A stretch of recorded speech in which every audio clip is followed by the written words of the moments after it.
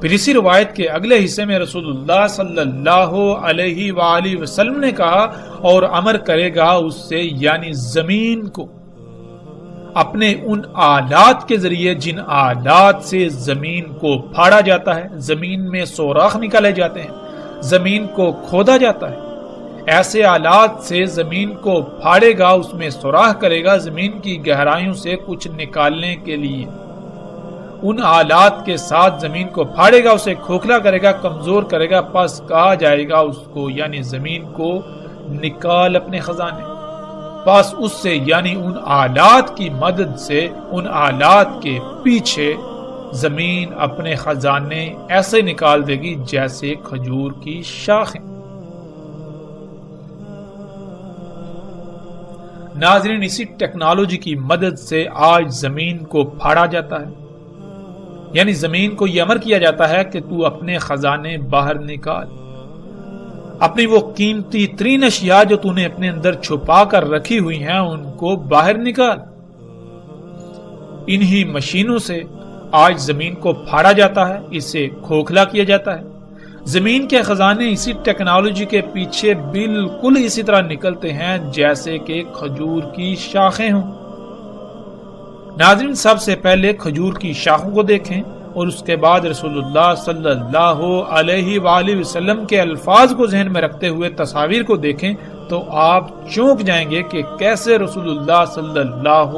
علیہ وآلہ وسلم نے ہر لحاظ سے اور ہر پہلو سے انتہائی باریک بینی سے دجال کے بارے میں آگاہ کر دیا، لیکن کوئی بھی نہیں جو سمجھنے کی کوشش کر رہا ہو۔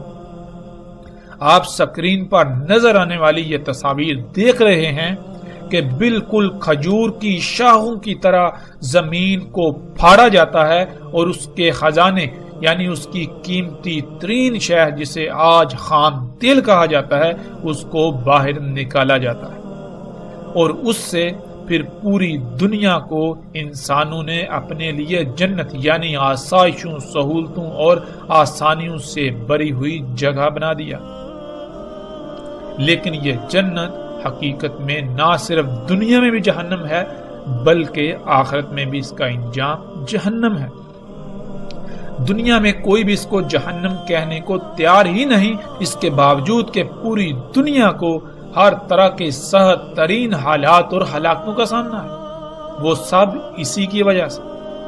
زمین کے خزانے جنہیں کالا سونا یعنی بلیک گولڈ بھی کہا جاتا ہے، جن کے لیے آج پوری دنیا میں جنگ و جدل ہو رہا ہے اور شہروں کے شہر کھنڈرات میں بدل رہے ہیں، اور ان قریب انہی خزانوں کے حصول کی خاطر دنیا کو القاریہ یعنی آخری عالمی ایٹمی جنگ کا سامنا کرنا پڑے گا، جس سے ہونے والی تباہی کا اندازہ اس طرح لگایا جا سکتا ہے کہ اس میں پہاڑ بھی ریزہ ریزہ ہو جائیں گے، یعنی ایسے ہتھیاروں کا، ایسے بموں کا استعمال کیا جائے گا جو پہاڑوں کو روئی کی طرح اڑائیں گے۔ یہی خام تیل وہ دجال ہے جس سے دنیا میں جنت اور جہنم دونوں موجود ہیں۔ جو ٹیکنالوجی کو رب بنائیں گے تو دنیا ان کے لیے جنت، اور جو اسے رب نہیں بنائیں گے تو دنیا ان کے لیے جہنم بن جائے گی۔ اور کیا یہ سب آج اپنی آنکھوں سے ہوتا ہوا نہیں دیکھ رہے؟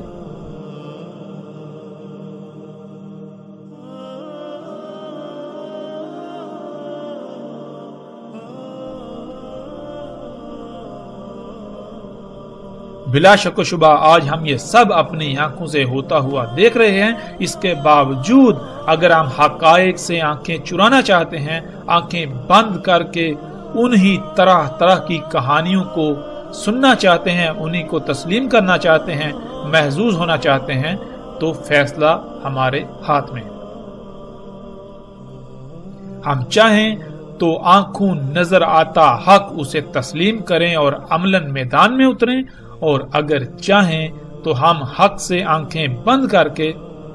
دین کو قصے و کہانیوں کا نام دیتے ہوئے انہی قصے و کہانیوں سے محظوظ ہوتے رہیں، اور اس طبقے کو جو اپنے کو علماء کہلاتا ہے اسے سر پر بٹھائے ہوئے اس کو اپنا رب بنائے رہیں۔